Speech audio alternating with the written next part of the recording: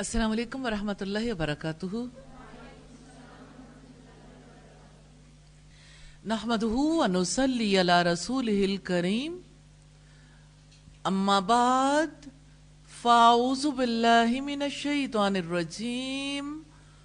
بسم اللہ الرحمن الرحیم.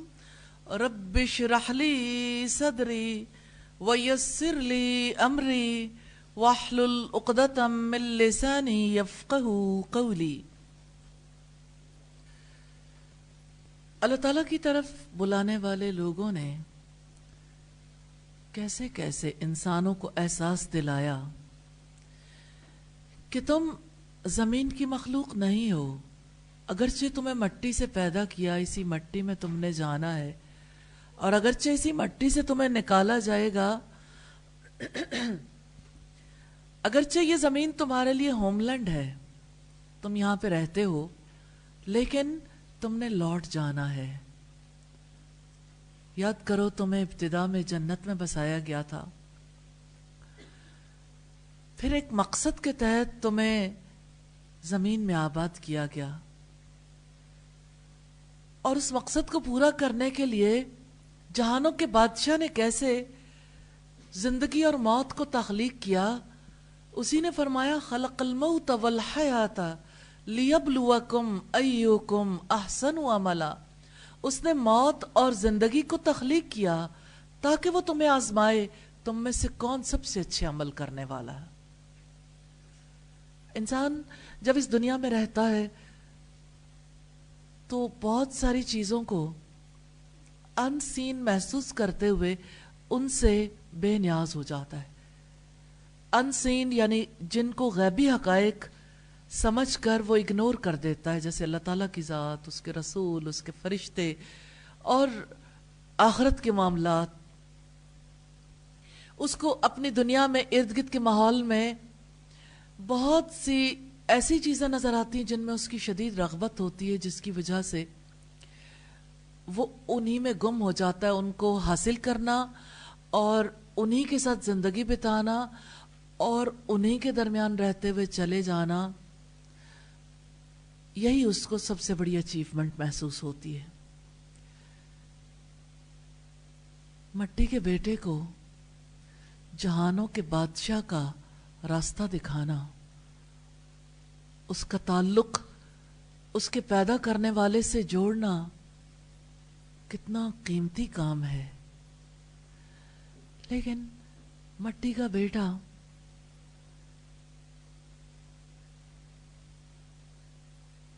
اس کال کو جو ایک دعوت دینے والے کی جانب سے دی جاتی ہے قبول نہیں کر پاتا. تو دعوت دینے والا اسے ریئلائز کرواتا ہے، جیسا کہ پیغمبر نے کہا اپنی قوم کو، وَأَنَا لَكُمْ نَاصِحٌ أَمِينٌ. سورہ الاعراف کی آیت ہے 68 کہ میں تمہارے لیے خیرخواہ ہوں اور امانت دار. دائی کے اوصاف میں سے، اس کی خصوصیات میں سے بڑی خصوصیات ہے خیرخواہی اور امانت داری. لیکن ان دونوں کو سمجھنا بہت ضروری ہے. یہ ایک سچے دائی کا کلمہ ہے کیونکہ اس کی دو حیثیتیں ہوتی ہیں. ایک اس کا تعلق سامنے والے کے ساتھ ہوتا ہے جس کو وہ دعوت دیتا ہے، اور ایک اس کا تعلق رب کے ساتھ ہوتا ہے جس کے پیغام کو وہ اس تک پہنچاتا ہے. تو وہ جو دعوت دیتا ہے، وہ دائی یعنی جو مدعو ہے اس کے لیے خیرخواہ ہوتا ہے، اور جس کی دعوت دیتا ہے اس کے پیغام کو پوری امانت کے ساتھ پہنچاتا ہے. تو دو رخ ہیں اس کے. ناصح اور امین کیسے بنتا ہے دائی؟ کہ اللہ تعالیٰ کی امانت کو پورا پورا پہنچاتا ہے اور مدعو کے لیے دل میں خیرخواہی رکھتا ہے، اچھے جذبات رکھتا ہے، اس کی بھلائی چاہتا ہے. اور سچی خیرخواہی یہ ہے کہ انسان یک طرفہ طور پر دوسرے کا ہمدرد رہے، وہ چیز اسے دینے کا حریص ہو، حرص رکھتا ہو جس کو مدعو اپنے لیے لینے کا حریص نہیں ہوتا.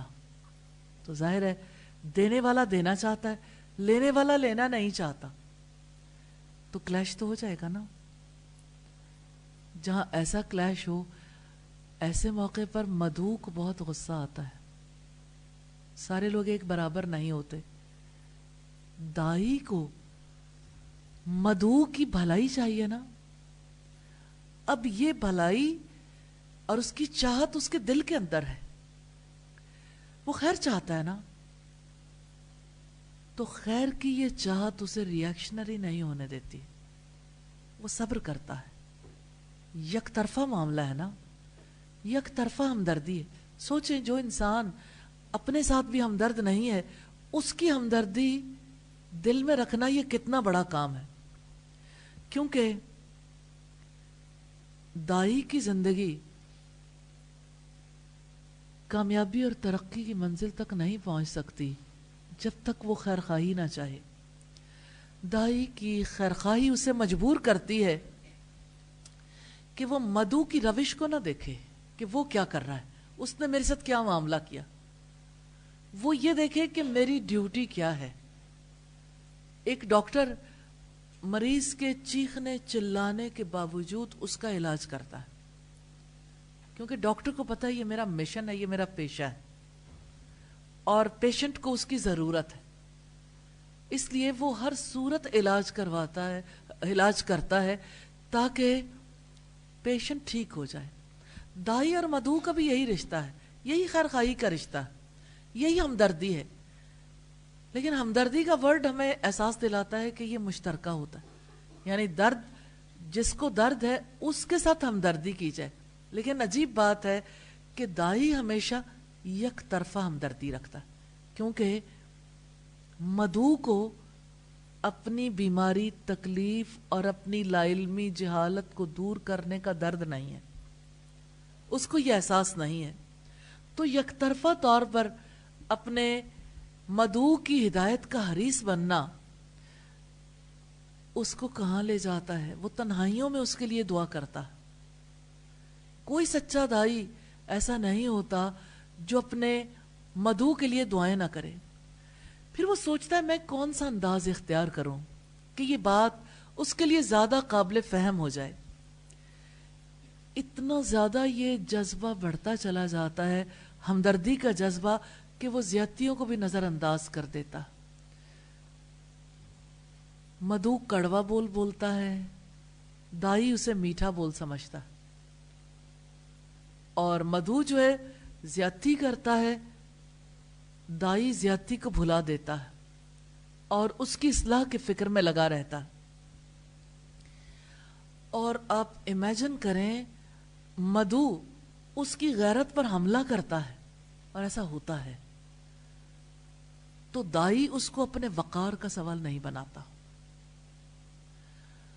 وہ دعوت دینے والا کبھی سچا دائی نہیں ہو سکتا جو دوسرے کی بات کو اپنے عزت کا مسئلہ بنا لے, ہٹ فیل کرے. دائی کے دل میں مدعو کے لیے محبت اور شفقت اتنی بڑی ہوئی ہوتی ہے کہ وہ کسی حال میں بھی اس سے جدا نہیں ہوتی, ہر وقت وہ دوسرے کے لیے تڑپتا ہے. یاد رکھیے گا دعوت کا کام محض سپیچز کا کام نہیں ہے کہ لاؤڈ سپیکر کے توسط سے کچھ اعلانات کر دیے جائیں. دعوت کا کام دراصل محبت اور شفقت کا کام ہے. پہلے اپنے اندر جھانکیں, کسی کے لیے دل میں محبت اور شفقت ہے؟ کوئی ایسا جو رب سے دور ہے, کوئی ایسا جو رب کے قریب آ سکتا ہو, کوئی ایسا جس کی زندگی قیمتی ہو سکتی ہو, اس کے بارے میں جب تک دل میں خیرخواہی, محبت اور شفقت کے جذبات پیدا نہیں ہوتے, دعوت کے کام کا آغاز نہیں ہو سکتا. ایسا ہو جاتا ہے کہ کوئی انسان الفاظ پھینکتا رہتا ہے, بولتا رہتا ہے, لیکن وہ الفاظ غصے کے سوا کسی چیز میں اضافہ نہیں کرتے. تو محبت کتنی چاہیے, شفقت کتنی چاہیے, اس شخص کے لیے, اس کی بھلائی کے لیے آنکھوں سے آنسو نکل آئے, زبان دعا میں ڈھل جائے, زبان کے الفاظ دعا میں ڈھل جائے. ہدایت کی دعا، اللہ کے قرب کی دعا. اور اب دیکھیں دو چیزیں ہیں، جب وہ مدعو کے سامنے کلام کرتا ہے نا تو اس کا کلام درد مندانہ ہو، اور جب وہ اس کی بات اپنے رب کے سامنے رکھے تو پھر اس کی دعا بےتابانہ ہو، یعنی بےتاب ہو کر دعا کرے، یا اللہ اسے ہدایت دے دے، یا اللہ اسے اپنے راستے پر چلا لے. تو دعوت دینے والے کی شخصیت کا ایک پہلو تو خیر خواہی ہے اور دوسرا پہلو امانت ہے. دعوت دینے والا امانت دار ہوتا ہے، یعنی اللہ تعالیٰ نے اپنے دین کو جس حیثیت جس صورت میں بھیجا ہے ایگزیکٹلی اسی طرح سے اسے پہنچایا جائے، نہ اس میں کمی کی جائے نہ اس میں اضافہ کیا جائے. اگر اللہ تعالیٰ نے یہ کہا نا کہ اپنی دعوت کی بنیاد قولوا لا الہ الا اللہ پر رکھو، لا الہ الا اللہ، توحید کی دعوت دو، تو پھر کسی اور چیز کی دعوت دینے سے گریز کیا جائے. اس کا یہ مطلب نہیں ہے کہ کسی اور چیز کی دعوت نہیں ہوگی، لیکن بنیادی بات، آپ دیکھیں ایک انسان کے اندر اگر دل نہیں ہے، ایک انسان کے اندر روح نہیں ہے تو اس کا ڈھانچہ بے جان ہے نا. دعوت کا ڈھانچہ بھی بے جان ہو جاتا ہے جس وقت اس میں لا الہ الا اللہ کی دعوت نہیں ہوتی، اللہ رب العزت کے قرب کی دعوت نہیں ہوتی. جب اللہ رب العزت کی ذات پر یقین کی، اس پر اعتماد کی، اس کے ساتھ محبت کی، اس کا خوف رکھنے کی، اس کی رضا کے لیے زندگی گزارنے کی، اس کے لیے خالص ہونے کی دعوت نہیں ہوتی. تو دعوت کو اگر رب العزت نے بنیادی امور تک محدود رکھنے کا حکم دیا ہے تو تفصیلات کے دائرے تک نہ پھیلایا جائے. اگر اللہ تعالیٰ نے ہمیں جس دعوت پر مامور کیا ہے اس کا نشانہ، اس کا ہدف فرد کی تبدیلی ہے، فرد کی اصلاح ہے، تو اس کو پھیلا کر نظام کی تبدیلی تک نہ لایا جائے. کیونکہ نظام کی تبدیلی کے لیے جتنے لوگ اٹھتے ہیں وہ کبھی نظام تو بدل نہیں پاتے، لیکن انسانوں کی تبدیلی، انسانوں کی اصلاح ان سے چھوٹ جاتی. تو دعوت دین کا میدان فرد کی اصلاح کا میدان ہے، اللہ تعالیٰ کی طرف بلانے کا میدان ہے. اور یہ میں اس موقع پر یہ بھی واضح کرنا چاہتی ہوں کہ یہ دو میدان ہیں. ایک نان بلیورز کے لیے دعوت ہے، یعنی انہیں بلانا ہے. جو مسلمان ہیں، جو اللہ تعالیٰ کے دین کو قبول کرنے والے ہیں، ان کے لیے یہ اصلاح کا پروگرام ہے. اصلاح، دعوت اور اصلاح میں فرق ہے. دعوت نان بلیور کے لیے ہے، اصلاح سب کے لیے. عمومی طور پر ہمارے یہاں جب یہ اصطلاح استعمال ہوتی ہے تو دعوت سب کے لیے ہو جاتی ہے. تو اللہ پاک نے اگر دعوت میں سارا زور موت اور موت کے بعد کی زندگی پر لگانے کے لیے کہا ہے تو ایسے میں دنیا کے مسائل کو اہمیت نہ دی جائے.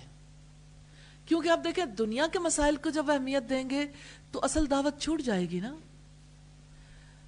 پھر اگر اللہ پاک نے ہمیں افراد کی اصلاح کے لیے اٹھایا ہے تو سیاسی نظام کی اصلاح کو اپنا ہدف نہیں بنانا چاہیے. اس کا یہ مطلب نہیں کہ سیاسی نظام کی اصلاح نہ ہو. دیکھیے آپ کس چیز کی بنیاد پر اٹھیں گے؟ افراد کی اصلاح پر. افراد درست ہوں گے تو نظام درست ہو جائیں گے، اور اگر افراد درست نہ ہوئے، نظام درست ہو بھی جائے، افراد کی زندگی میں تبدیلی نہیں آئے گی. آپ کو یاد ہوگا میں نے آپ کو ایک مثال دی تھی، گراس روٹر یا پیراشوٹر. تو یہ جو نظام کی تبدیلی چاہتے ہیں نا وہ پیراشوٹر والا کام کرتے ہیں، جو افراد کی اصلاح کرتے ہیں نا وہ گراس روٹر والا کام کرتے ہیں، بنیادی کام کرتے ہیں. اسی وجہ سے دعوت کا عمل جو ہے جب افراد کی اصلاح کا عمل بن جائے نا تو اس کی وجہ سے آپس کے معاملات میں شدت نہیں آتی، پرامن معاملات رہتے ہیں، کلیش کم ہوتا ہے. کیونکہ ایک زیادتی کرتا ہے تو دوسرا صبر کرتا ہے. ہر ایک کو اپنا اپنا رول پتا ہے نا. اور اپنی ذات کے دفاع کے لیے وہ مدعو سے جنگ نہیں چھیڑتا. تو جس طرح دعوت فرض ہے، اسی طرح سے دعوت کے کام کو ٹھیک طور پر چلانا بھی فرض ہے. اسی کا نام دعوتی امانت داری ہے. انا لکم ناصح امین، میں تمہارے لیے خیر خواہ بھی ہوں، امانت دار بھی. یعنی آپ کے لیے میں دعائیں کروں گا، آپ کی زیادتیوں پر میں صبر کروں گا، آپ کے لیے میں محض آرائی نہیں کروں گا، آپ کو اپنے رب سے جوڑنے کے لیے میں ہر محنت کروں گا.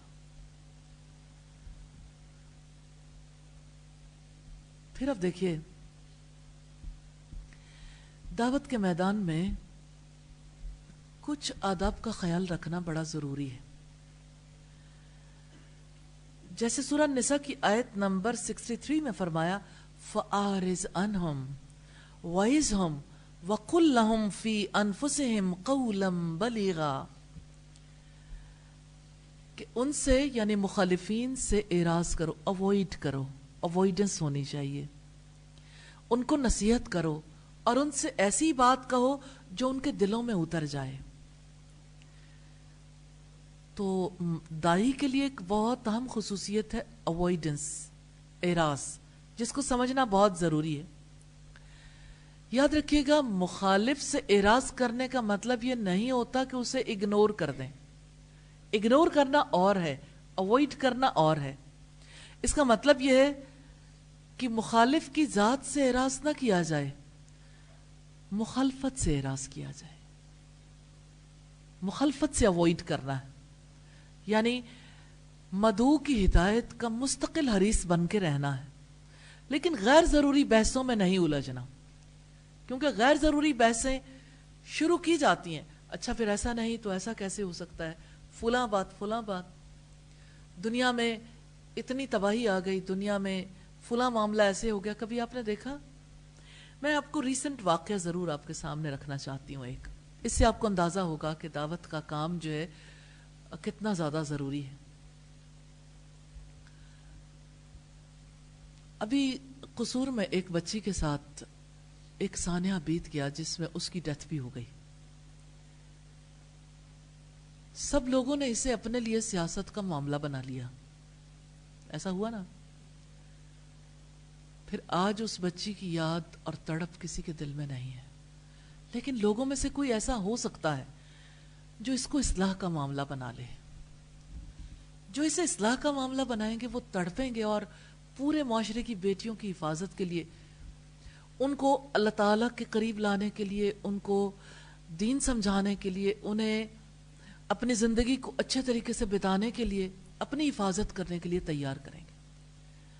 اصلاح کرنے والوں نے اور روش اختیار کی، اور سیاست کا میدان گرم کرنے والوں نے اور روش اختیار کی. تو کبھی انبیاء نے یہ کام نہیں کیا کہ جو ایشو سوسائٹی میں اٹھ کھڑا ہو اس ایشو کو لے کے اٹھ کھڑے ہوں. حالانکہ اللہ کے رسول صلی اللہ علیہ وسلم کے عہد میں بھی بیٹیوں کو زندہ دفن کیا جاتا تھا. اس دور میں بھی عورتوں کے ساتھ زیادتی ہوتی تھی، تو آپ ویمن رائٹس کے نام پر نہیں اٹھے تھے، لیکن آپ نے عورتوں کو حقوق دلوائے. اور ریئلی جو کام آپ نے کیا، دنیا کی تاریخ میں وہ کام کوئی نہیں کر سکا. عورت کو ریئلائز کروایا، مرد کو حقوق دینے والا بنایا. وہی عورت، وہی بچی جو زندہ دفن کی جاتی تھی، مائنڈ سیٹ چینج کر دیا، اسی بچی کو باعث رحمت سمجھنا شروع کر دیا. یہ اصلاح ہے، یہ دعوت ہے. لیکن جب ایشوز پہ بات چیت کی جاتی ہے تو ایشوز پہ بات چیت کرنے والوں کے دانے جلدی ختم ہو جاتے ہیں، کیونکہ ان میں سے اگر کوئی اس ایشو کو زندہ بھی رکھ لے تب بھی حقیقی خیرخواہی اس کے اندر نہیں ہوتی، اور اگر کچھ خیرخواہی ہو بھی تو وقت کے ساتھ ساتھ اس کا رخ بدل جاتا ہے. اسی کام کو آ کے کچھ اور لوگ اچک لیتے ہیں کیونکہ اس کے اندر حیات نہیں رہتی.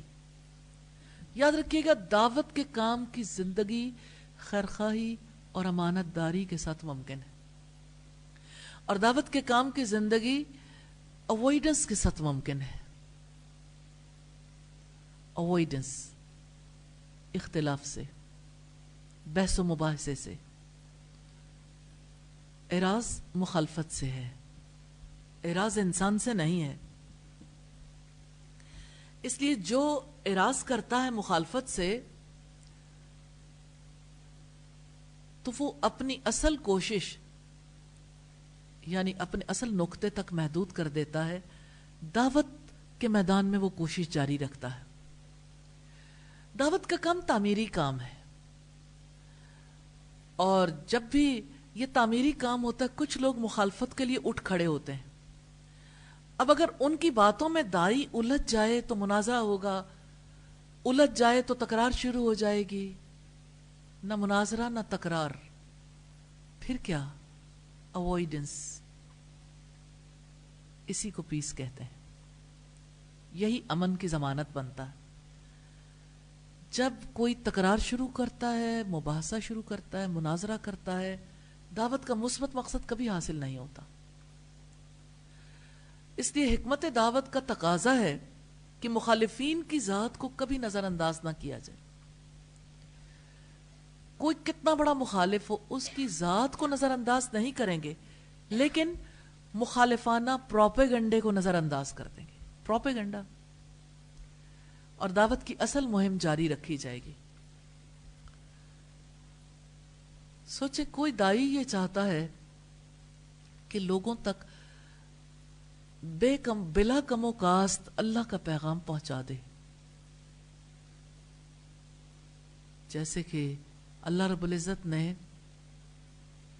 نبی صلی اللہ علیہ وسلم سے بھی یہ کہا نا کہ آپ انہیں پیغام پہنچا دو، اور اگر آپ نے یہ نہ کیا فما بلغت رسالتہ، تو آپ نے اللہ کی رسالت کا حق ادا نہیں کیا.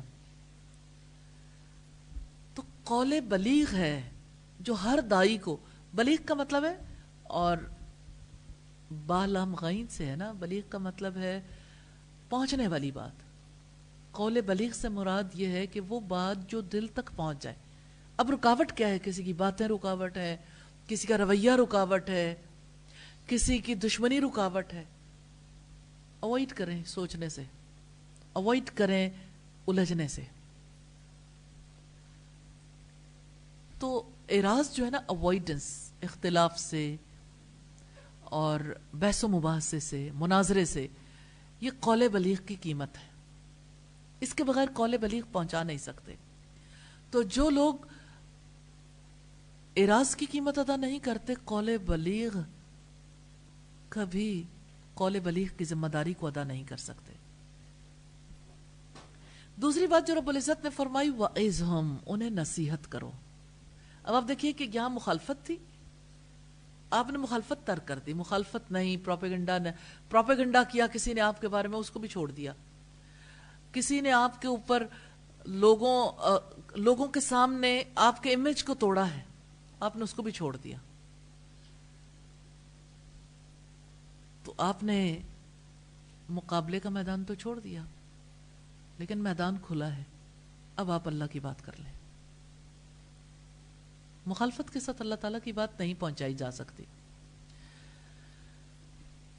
تو اعراض کے بعد نصیحت آتی ہے، اوائڈنس کے بعد. مخالفت سے اوائڈ کریں، پھر آپ اپنی ناصحانہ مہم کو جاری رکھ سکتے ہیں.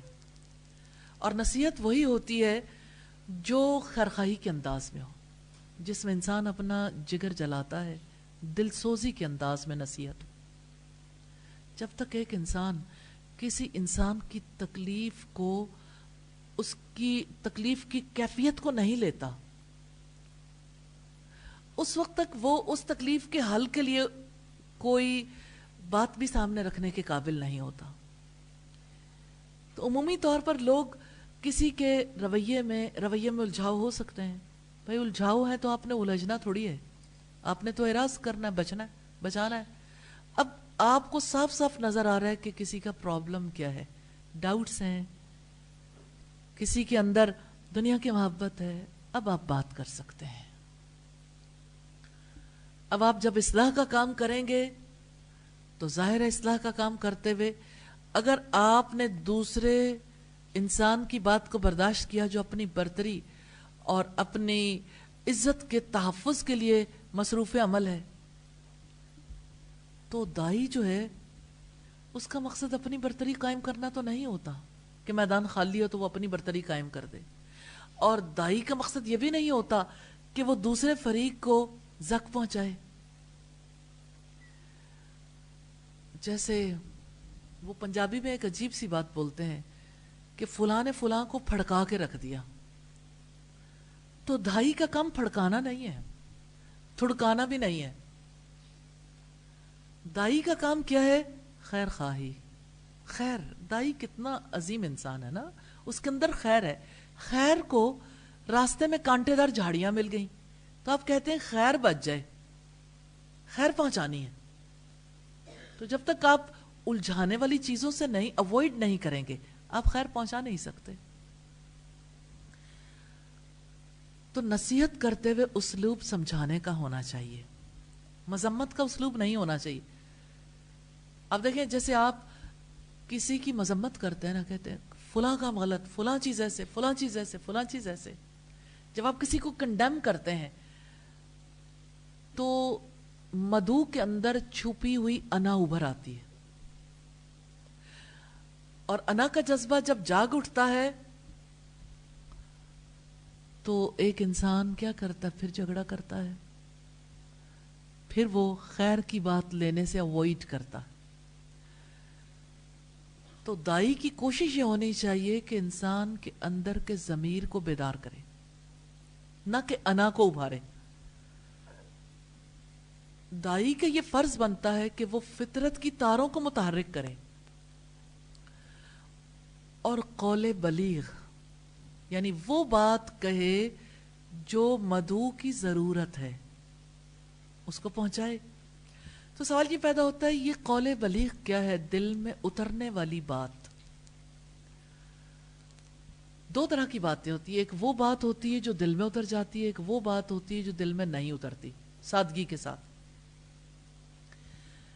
تو ایک انسان جب اس طرح کا کلام کرے، اس طرح کی بات کرے کہ دوسرے انسان کے اندر سے انا کا جذبہ ابھر آئے، تو انا کے ساتھ ٹکرائے گی نا. اب دائی اگر خود بھی اوائڈ نہیں کرتا تو ٹکراؤ شروع ہو گیا نا. تو بات کہاں رہ گئی؟ بیچ منجھدار کے بات تو نہیں پہنچا سکے، کیونکہ ہر انسان اپنی ذات کا دفاع کرنا چاہتا ہے. تو انا کے جذبے کو بیدار نہیں کرنا چاہیے. اس کا یہ مطلب نہیں ہے کہ کچھ لوگ ایسے نہیں ہوتے جن کی انا ہمیشہ ہی ابھری رہتی ہے، کوئی بات نہ کرے تب بھی وہ انا کا جھنڈا لے کے کھڑے ہوتے ہیں نا. کسی قسم کی بات کر دو اس کے انا کا جذبہ ہمیشہ یعنی اور زیادہ سٹرونگ ہو جاتا ہے. لیکن جب اصول دیکھے جاتے ہیں، اصول بنائے جاتے ہیں، اصولوں کو پیش نظر رکھا جاتا ہے تو اصول میجورٹی کی بنیاد پر ہوتے ہیں. تو میجورٹی آف دا پیپل ایسی ہے کہ اگر ان کے اندر کی انا کو نہ چھیڑا جائے تو دفاعی جذبہ ابھرتا نہیں ہے. یعنی ایکول فوٹنگ پہ آپ نے بات کرنی ہے نا. تو دائی کا کام ہے کہ وہ ایسی باتوں سے اوائڈ کرے، اور جب کبھی ایک کلام کرنے والا ایسے کلام کرتا ہے کہ دوسرے کے اندر سے انا نہ ابھرے بلکہ انا کی بجائے قبولیت کا مادہ ابھرے، وہ ضمیر کو جگائے، اور اگر ضمیر بیدار ہو جائے تو وہ دعوت کو قبول کر لیتا ہے. اچھا، دو لوگ جب آپس میں بات کر رہے ہوتے ہیں تو عجیب معاملات شروع ہو جاتے ہیں. وہ دو لوگ یہ سمجھنا جب انا جاگتی ہے تو دو لوگ یہ سمجھتے ہیں کہ جس نے اپنی بات کو نیچے کیا اس کی شکست ہے. اب یہ شکست سے بچنے کے لیے محض آرائی کا میدان گرم ہو جاتا ہے. تو دائی کو چاہیے کہ اپنی پسپائی قبول کر لے، کوئی بات نہیں. اس نے اس پچ پہ آ کے نہیں کھیلنا، انا کی پچ پہ نہیں کھیلنا.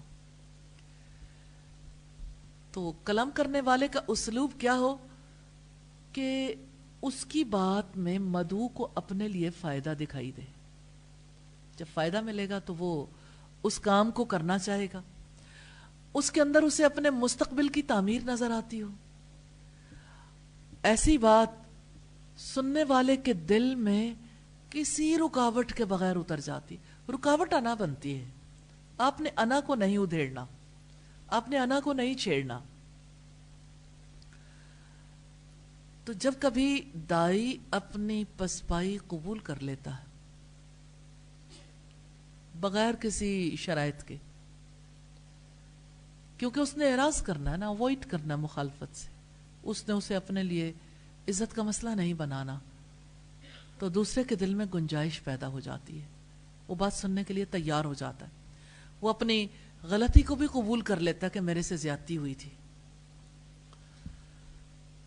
تو حق کی دعوت انسان کی فطرت کو مخاطب کرتی ہے. ہر انسان کے اپنے دل کے اندر کی بات ہوتی ہے. جب کسی سے ایسے کلام کیا جائے کہ دوسرے کو لگے گویا یہی میرے دل میں، کہ میں بھی یہی سوچ رہا تھا، میرے دل میں بھی یہی بات تھی، تو وہ اپنے دل کی باز گشت سمجھتے ہوئے اسے قبول کر لیتا ہے کہ یہی تو میں چاہتا تھا. تو جو دعوت دیتا ہے وہ دراصل دوسرے انسان کو فطرت کی طرف بلاتا ہے. تو دائی کا اصل کام یہ ہے کہ وہ پیغام کی اصل کو برقرار رکھے، بے آمیز دعوت دے، بے آمیز پیغام پہنچا دے، اور اسلوب بھی ایسا رکھے جو فطرت کے عین مطابق ہو.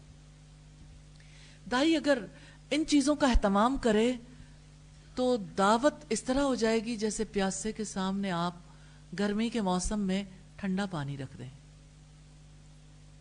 تو وہ ٹھنڈا پانی شکریہ کے ساتھ قبول کر لے گا. تو مدعو دائی کی بات کو قبول کر سکتا ہے اگر دائی اوائڈ کرنا سیکھ لے، مخالفت سے، مباحثے سے، مناظرے سے، کسی کی انا جاگ اٹھے، کوئی پروپیگنڈا کرے. آپ نے ان میں سے کسی پچ پر بھی نہیں کھیلنا. حقیقتاً اللہ تعالیٰ نے دنیا میں جو دین بھیجے، پیغمبروں کو بھیجا، کتابوں کو بھیجا، اس کا مطلوب ایسے سولے انسان کی تیاری. زندگی کے عام معاملات میں بھی جو ایسا ناصحانہ رویہ رکھے. پھر اب دیکھیے،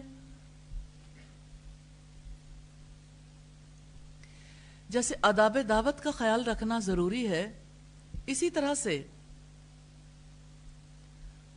اسلوب دعوت کا خیال رکھنا بھی ضروری ہے.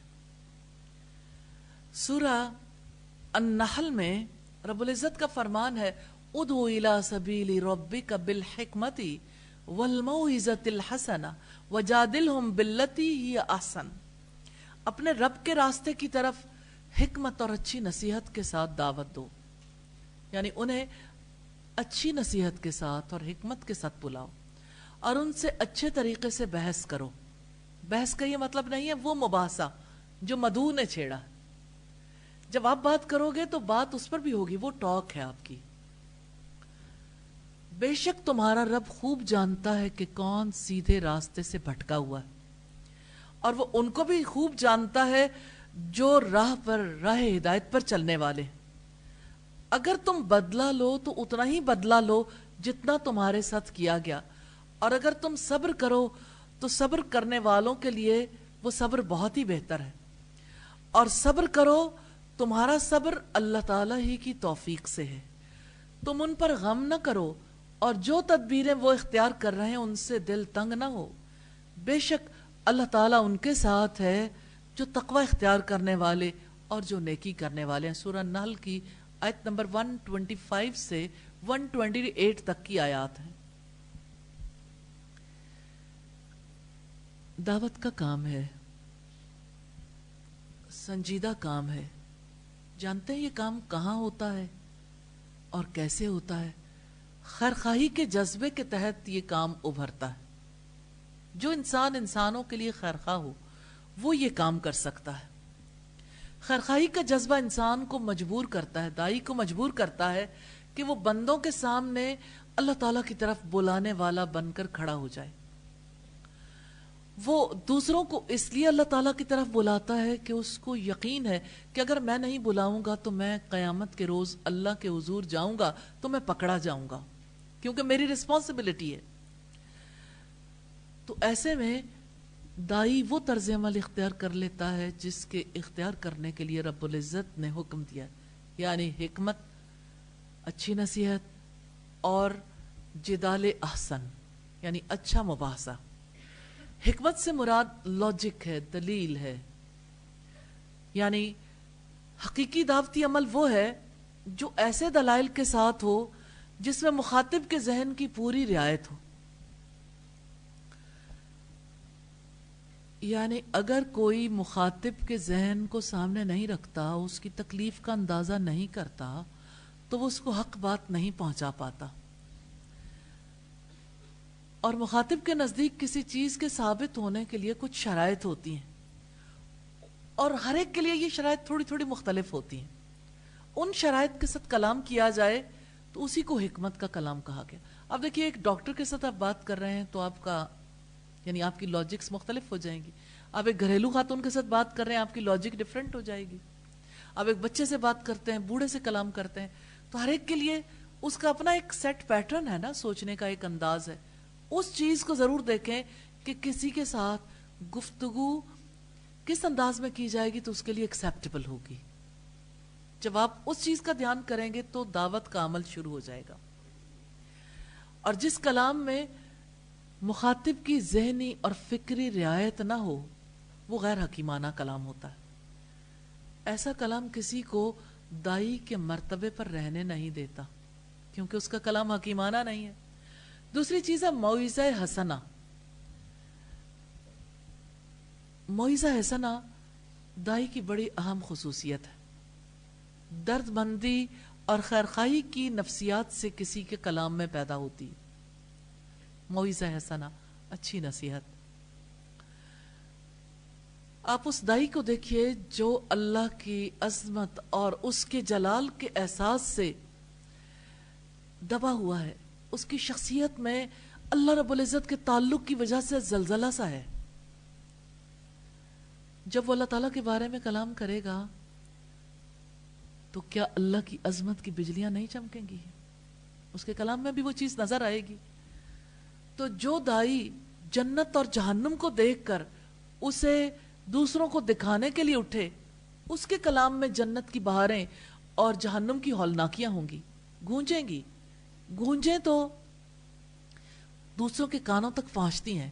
جس چیز کا انسان نے خود ایکسپیرینس نہ کیا ہو، دوسروں تک جب وہ بات پہنچتی ہے تو ڈھول کی طرح بجتی ہے، نصیحت نہیں رہ جاتی، محض الفاظ رہ جاتے ہیں۔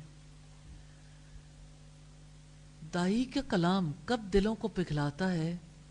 جب دائی کے اپنی ذات کے اندر انقلاب آتا ہے۔ جب اس کی ذات کے اندر انقلاب آتا ہے تو اس کی گفتگو سے دوسروں کی آنکھیں اشک بار ہو جاتی ہیں۔ دعوتی کلام کی یہی دو بنیادی خصوصیات ہیں، حکمت اور موعظہ حسنہ۔ لیکن دنیا میں ایسے لوگ بہت ہوتے ہیں جو غیر ضروری بحثیں کرتے ہیں، جن کا مقصد الجھنا اور الجھانا ہوتا ہے، سمجھنا اور سمجھانا نہیں ہوتا۔ دائی ایسے افراد کے لیے جو طرز عمل اختیار کرتا ہے، اسی کا نام ہے جدال باللتی ہی احسن، یعنی ایسے انداز میں بات کرنا جو اچھا ہو۔ دائی ٹیڑھی بات کا جواب سیدھے انداز سے دیتا ہے، سخت الفاظ سن کر بھی نرم الفاظ سے بولتا ہے۔ الزام تراشی کے مقابلے میں استدلال، لاجک کا طریقہ اختیار کرتا ہے۔ وہ انالائز کرتا ہے حقائق کو، اور اشتعال کے جواب میں وہ صبر کا طریقہ اختیار کرتا ہے۔ دائی کے سامنے، یعنی دائی کی نظر کے سامنے انسان نہیں ہوتا، دائی کی نظر دراصل اللہ تعالیٰ پر ہوتی ہے۔ وہ بات تو انسان سے کرتا ہے، لیکن دراصل وہ اللہ رب العزت پر نظر جما کر رکھتا ہے۔ اس لیے وہ ایسی بات کرتا ہے جو اللہ کی میزان میں درست ٹھہرے۔ اور دائی کا کردار ایسا ہونا چاہیے کہ اگر اسے مخالف سے تکلیف پہنچی ہے اور برداشت نہیں کر پاتا، تو انسان کی کمزوری پر اللہ تعالیٰ نے رعایت دی ہے نا، کہ وہ اول تو مدعو کی بات پر صبر کرے، اور مدعو سے حساب چکانے کی بجائے اپنے معاملات کو اللہ کے کھاتے میں ڈال دے، لیکن اگر وہ کہیں بدلہ لینا چاہتا ہے تو پھر اتنا ہی بدلہ لے جتنے اس کے ساتھ زیادتی کی گئی۔ دائی کو دعوت دیتے ہوئے دراصل ثبوت دینا ہے کہ وہ اللہ سے ڈرنے والا ہے۔ یہ ثبوت لفظوں سے نہیں دیا جا سکتا، اس کا ثبوت انسان کی شخصیت دیتی ہے۔ وہ یہ ثبوت دے کہ اس کے اندر ایسا کیریکٹر، ایسا کردار پیدا ہو چکا ہے۔ جب انسان دنیا کے پردوں سے گزر کر اللہ کی چھپی ہوئی عظمت کو دیکھ لے اور دوسرے اس کے اندر اللہ کی عظمت کا یہ احساس بھونچال کی صورت میں دیکھ لیں، تو باقی معاملات میں اللہ تعالیٰ اس کی طرف سے کافی ہو جاتا ہے۔ دائی کی جانب سے جو چیز چاہیے وہ کیا ہے؟ اللہ تعالیٰ کی عظمت کی پہچان، اللہ تعالیٰ کی جنت اور اس کی جہنم دونوں کا یقین، گویا کہ اس نے آنکھوں سے دیکھ رکھا۔ یہ وہ چیزیں ہیں جس کی وجہ سے دائی کے اندر دل سوزی بھی آتی ہے، اس کا کلام بھی ناصحانہ ہوتا ہے، خیرخواہی والا کلام، جس کی وجہ سے ایسی تبدیلی آتی ہے طرز عمل میں کہ وہ صبر کرتا ہے، اوائڈ کرتا ہے مخالفت کو، ہر چیز کو اپنی عزت کا معاملہ نہیں بناتا۔ تب وہ حق بات کو پہنچاتا ہے تو اس کی بات دل پہ اثر کرتی ہے۔ اللہ تعالیٰ سے دعا ہے ہمیں سچے دائی کی خصوصیات کو اپنے اندر پیدا کرنے کے لیے توفیق عطا فرما دیں۔ کوئی سوال کرنا چاہیں تو آپ سوال کر لیں۔ جی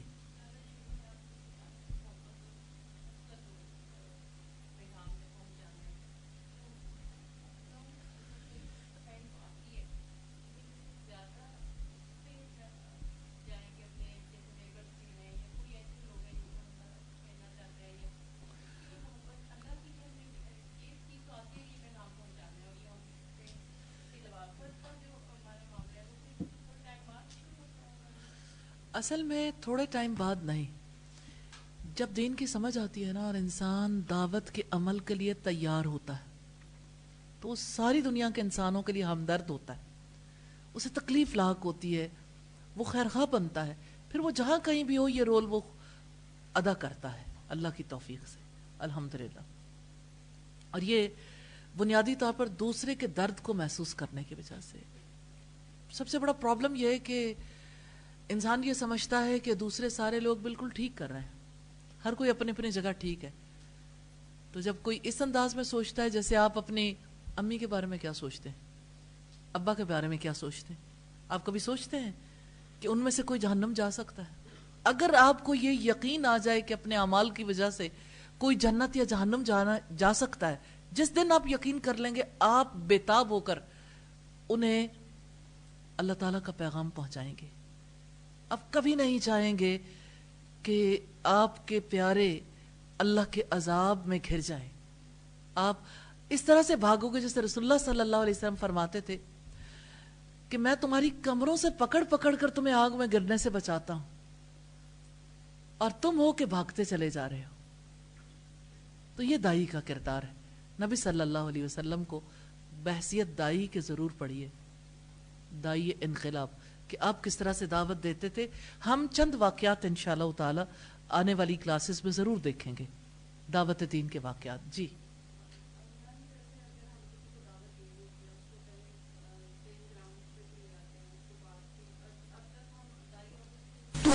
کرنی چاہیے جتنی بات کسی کے بس میں ہے، جتنا کوئی قبول کر سکتا ہے۔ یہ کوئی ایک دن کا معاملہ نہیں، 5 سال لگے تھے حضرت عمر کو مسلمان ہوتے۔ ہمیں لگتا ہے کہ 5 منٹ کی گفتگو میں ہی اگلا بندہ پورا مسلمان ہو جائے۔ ظاہر ہے یہ نہیں، جب وہ آسانی سہولت محسوس کرے، اور جو قریب کے لوگ ہیں ان کے ساتھ تو یعنی یہ معاملہ ہوتا ہے کہ آپ بار بار کہہ سکتے ہو نا، لیکن باقی لوگوں کے لیے اسی وجہ سے یہ طریقہ کار بہت نفع مند ہوتا ہے کہ آپ لوگوں کو قرآن پڑھنے کے لیے تیار کر لیں، کیونکہ جب وہ آپ قرآن پڑھنے کے لیے تیار کرتے ہو ایک کام کے لیے، تو اس کا مطلب یہ ہے کہ اب یہ آپ کا کام ختم پھر بھی نہیں ہوا، لیکن یہ ہے کہ وہ اللہ تعالیٰ کی دلیلوں کو اللہ کی کتاب سے اللہ تعالیٰ کی عظمت کو پہچاننے کے لیے، اس کی آخرت پر یقین رکھنے کے لیے جب وہ پڑھتا ہے تو اس کی زندگی میں تبدیلی آتی ہے۔ سبحانک اللہم و بحمدک نشہد ان لا الہ الا انت نستغفرک و نتوب الیک نستغفرک و نتوب الیک نستغفرک و نتوب الیک نستغفرک و نتوب الیک نستغفرک و نتوب الیک